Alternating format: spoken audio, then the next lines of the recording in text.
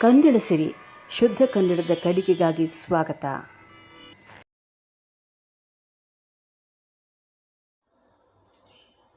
ನಮಸ್ಕಾರ. ಸಮಸ್ತ ಕನ್ನಡ ಬಾಂಧವರೆಲ್ಲರಿಗೂ ಕೂಡ ಕನ್ನಡ ಸಿರಿ ಯೂಟ್ಯೂಬ್ ಚಾನಲ್ಗೆ ಸ್ವಾಗತ. ನಾವು ಹಿಂದಿನ ತರಗತಿಯಲ್ಲಿ ಕಾಗುಣಿತಗಳ ಬಗ್ಗೆ ಸ್ಪಷ್ಟವಾಗಿ ತಿಳ್ಕೊಂಡಿದ್ದೇವೆ. ಅದನ್ನು ಹೇಗೆ ಬರೆಯುವುದು ಮತ್ತು ಹೇಗೆ ಸ್ವರಗಳು ವ್ಯಂಜನಗಳ ಜೊತೆ ಸೇರಿದಾಗ ಹೇಗೆ ಗುಣಿತಾಕ್ಷರಗಳಾಗುತ್ತೆ ಅಂತ ತಿಳ್ಕೊಂಡ್ರಿ ಅಲ್ವಾ.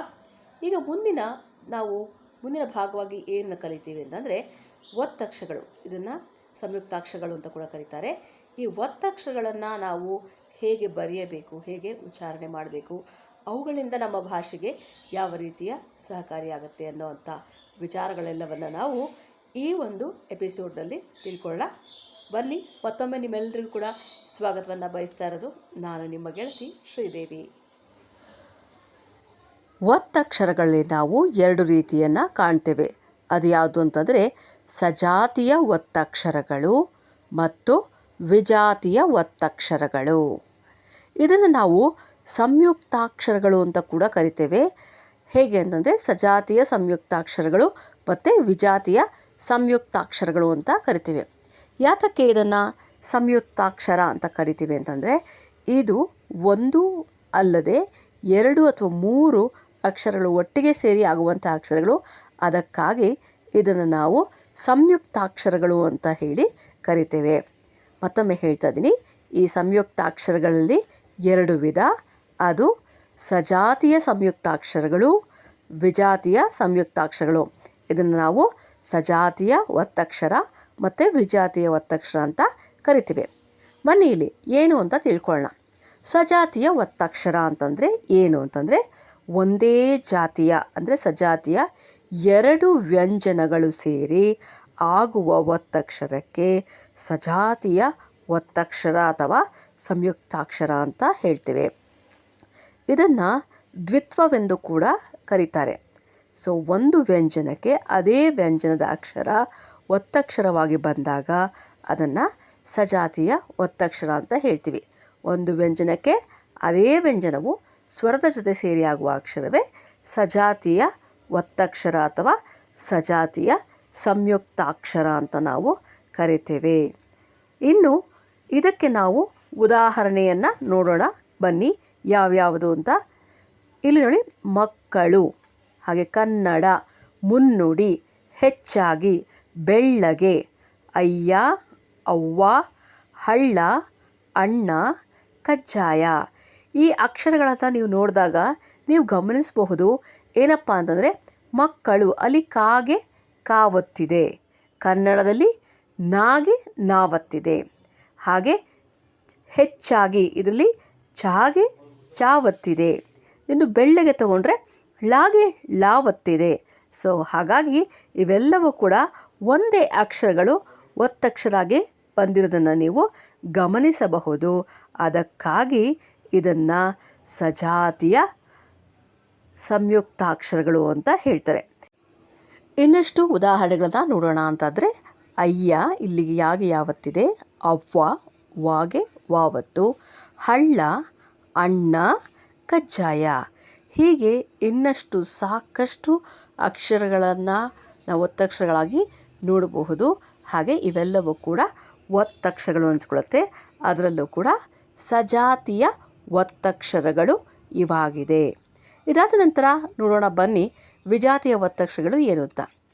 ವಿಜಾತಿಯ ಒತ್ತಕ್ಷರದಲ್ಲಿ ಏನಾಗುತ್ತೆ ಅಂತಂದರೆ ಒಂದು ವ್ಯಂಜನಕ್ಕೆ ಬೇರೆ ವ್ಯಂಜನವು ಸ್ವರದ ಜೊತೆ ಸೇರಿ ಆಗುವ ಅಕ್ಷರವೇ ವಿಜಾತಿಯ ಒತ್ತಕ್ಷರ. ಅಂದರೆ ಬೇರೆ ಬೇರೆ ಜಾತಿಯ ಎರಡು ಅಥವಾ ಹೆಚ್ಚು ವ್ಯಂಜನಗಳು ಸೇರಿ ಆಗುವ ಅಕ್ಷರಕ್ಕೆ ವಿಜಾತಿಯ ಒತ್ತಕ್ಷರ ಅಥವಾ ಸಂಯುಕ್ತಾಕ್ಷರ ಅಂತ ಹೇಳ್ತಾರೆ. ಸೊ ಇದು ನಮಗೆ ಡಿಫ್ರೆನ್ಸ್. ಮೊದಲನೇದ್ರಲ್ಲಿ ಏನಾಗಿತ್ತು, ಅದೇ ಅಕ್ಷರ ಒತ್ತಕ್ಷರ ಆಗಿ ಬಂದಿತ್ತು. ಆದರೆ ಇಲ್ಲಿ ಒಂದು ಅಕ್ಷರಕ್ಕೆ ಅಂದರೆ ಒಂದು ವ್ಯಂಜನಕ್ಕೆ ಇನ್ನು ಬೇರೆ ರೀತಿಯ ಯಾವುದಾದರೂ ವ್ಯಂಜನದ ಅಕ್ಷರಗಳು ಒತ್ತಕ್ಷರವಾಗಿ ಬಂದರೆ ಅದನ್ನು ನಾವು ವಿಜಾತಿಯ ಒತ್ತಕ್ಷರಗಳು ಅಥವಾ ವಿಜಾತಿಯ ಸಂಯುಕ್ತಾಕ್ಷರ ಅಂತ ಹೇಳಿ ಕರೀತೇವೆ. ಇದಷ್ಟೇ ಇರುವಂಥ ಮುಖ್ಯವಾದಂಥ ವ್ಯತ್ಯಾಸ. ದಷ್ಟು ಉದಾಹರಣೆಗಳನ್ನು: ಗ್ರಂಥಾಲಯ, ನಾಣ್ಯ, ಅಭ್ಯಾಸ, ಆತ್ಮ. ನೋಡಿ ಇಲ್ಲಿ ಗ್ರ ಅಕ್ಷರದಲ್ಲಿ ಗಾಗೆ ರಾಕಾರ ಒತ್ತಾಕ್ಷರ ಆಗಿ ಬಂದಿದೆ. ಇನ್ನು ನಾಣ್ಯದಲ್ಲಿ ನಾಗೆ ಯಕಾರ ಒತ್ತಕ್ಷರವಾಗಿದೆ. ಇನ್ನು ಅಭ್ಯಾಸದಲ್ಲೂ ಕೂಡ ಮಹಾಪ್ರಾಣಭಾಗೆ ನಾವು ಯಕಾರವನ್ನು ನೋಡ್ತೇವೆ. ಇನ್ನು ಸಮುದ್ರದಾಗೆ ಸಮುದ್ರಕ್ಕೆ ರಾಕಾರ ಬಂದಿದೆ. ಶ್ವಾಸಕೋಶ, ಇಲ್ಲಿ ನೋಡಿ ಶಾಗೆ ವಾಕಾರ ಬಂದಿದೆ. ಶ್ವಾಸಕೋಶ. ಓಕೆ, ಅದಾದ ನಂತರ ಕರ್ತವ್ಯ. ಇದಾದ ನಂತರ ನೋಡಿ ವಾಕ್ಯಕ್ಕೆ ಕಾಗೆ ಯಾಕಾರ ಬಂದಿದೆ. ಇನ್ನು ಕರ್ತೃ, ಇಲ್ಲಿ ಎಷ್ಟೊಂದಿದೆ ನೋಡಿ. ಕರ್ತೃ, ತಾಗಿ ರೂಕಾರ ಮತ್ತು ಅರ್ಕವತ್ತೆಲ್ಲ ಬಂದೆ. ಕರ್ತೃ. ಓಕೆ, ಅದಾದ ನಂತರ ಸ್ವರ. ಅದಾದ ನಂತರ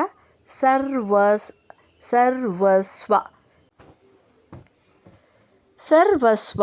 ಇದರಲ್ಲಿ ವಾಗೆ ನಿಮಗೆ ರಾವತ್ ಸಿಗುತ್ತೆ ಮತ್ತು ಸಾಗೆ ವಾವತ್ತಿದೆ. ಇದಾದ ನಂತರ ಅಮೃತವನ್ನು ನೀವು ನೋಡೋದಾದರೆ ಮಾಗೆ ರೂವತ್ ಕೊಟ್ಟು ಅದು ಮೃ ಆಗಿದೆ. ಹಾಗೆ ಹಸ್ತದಲ್ಲಿ ಸಾಗೆ ತಾವತ್ ಬಂದು ಸ್ಥ ಆಗಿದೆ. ಇನ್ನು ಸ್ಪರ್ಧೆ, ಇದರಲ್ಲಿ ಸಾಗೆ ಪಾವತ್ ಬಂದು ಸ್ಪಾ. ಅದಾನಂತರ ದಾಗೆ ರಾವತ್ ಮತ್ತು ಬಂದು ಅದು ಹೃದಯ ಆಗಿದೆ, ಅಂದರೆ ಅರ್ಕಾವತ್ ಕೊಟ್ಟಾಗ ಸ್ಪರ್ಧೆ ಆಗಿದೆ. ಹೀಗೆ ನಾವು ಸಜಾತಿ ಮತ್ತು ವಿಜಾತಿ ಸಂಯುಕ್ತಾಕ್ಷರಗಳ ಅಥವಾ ಒತ್ತಕ್ಷರಗಳ ವ್ಯತ್ಯಾಸವನ್ನು ನಾವು ಕಂಡುಕೊಳ್ಳಬಹುದಾಗಿದೆ. ಬಹಳ ಸುಲಭ. ಗೊತ್ತಾಯ್ತಲ್ವಾ ಗೆಳೆಯರೇ ಮತ್ತು ಗೆಳತಿಯರೇ, ಹೇಗೆ ನಾವು ಒತ್ತಕ್ಷರಗಳನ್ನು ಬರೆಯಬೇಕು, ಇದರಲ್ಲಿ ಎಷ್ಟು ವಿಧಗಳಿದೆ, ಅದರಿಂದ ನಮಗೆ ಆಗುವಂತಹ ಒಂದು ಅನುಕೂಲತೆ ಏನು, ಇವೆಲ್ಲವನ್ನು ತಿಳ್ಕೊಂಡ್ರಲ್ಲ. ಖಂಡಿತ ತುಂಬ ಖುಷಿಯಾಗುತ್ತೆ. ನೀವು ಒಳ್ಳೆ ರೆಸ್ಪಾನ್ಸ್ ಕೊಡ್ತಾ ಇದ್ದೀರಾ, ಹಾಗೆ ಕಲೀಲಿಕ್ಕೆ ಆಸಕ್ತಿ ತೋರಿಸ್ತಾ ಇದ್ದೀರಾ. ಈ ಆಸಕ್ತಿ ಹೀಗೆ ಮುಂದುವರಲಿ. ಇನ್ನಷ್ಟು ವಿಚಾರಗಳನ್ನು ನಿಮ್ಮೊಂದಿಗೆ ಹಂಚ್ಕೊಳ್ತೀನಿ. ನೋಡ್ತಾ ಇರಿ, ಮರೀದೆ ನೀವು ಸಬ್ಸ್ಕ್ರೈಬ್ ಮಾಡಿ. ಹಾಗೆಯೇ ನಿಮಗೆ ಅನಿಸಿದ್ದನ್ನು ನೀವು ಖಂಡಿತ ಹೇಳ್ಬೋದು. ನನ್ನ ಕಮೆಂಟ್ ಸೆಕ್ಷನಲ್ಲಿ ನೀವು ಖಂಡಿತ ತಿಳಿಸಿ. ಸಬ್ಸ್ಕ್ರೈಬ್ ಮಾಡಿ, ಬೆಲ್ ಐಕಾನ್ ಮಾತ್ರ ಒತ್ತೋದು ಮರಿಬೇಡಿ ಅಂತ ಹೇಳ್ತಾ ಇವತ್ತಿನ ತರಗತಿಯನ್ನು ಮುಗಿಸ್ತಾ ಇದ್ದೀನಿ. ಇನ್ನು ಮುಂದಿನ ತರಗತಿಯಲ್ಲಿ ಮತ್ತಷ್ಟು ವಿಚಾರಗಳನ್ನು ತಿಳ್ಕೊಳ್ತಾ ಹೋಗೋಣ. ಸಿರಿಗನ್ನಡಂ ಗೆಲ್ಗೆ, ಸಿರಿಗನ್ನಡಂ ಬಾಳ್ಗೆ. ಧನ್ಯವಾದಗಳು. ಮತ್ತೆ ಭೇಟಿಯಾಗೋಣ.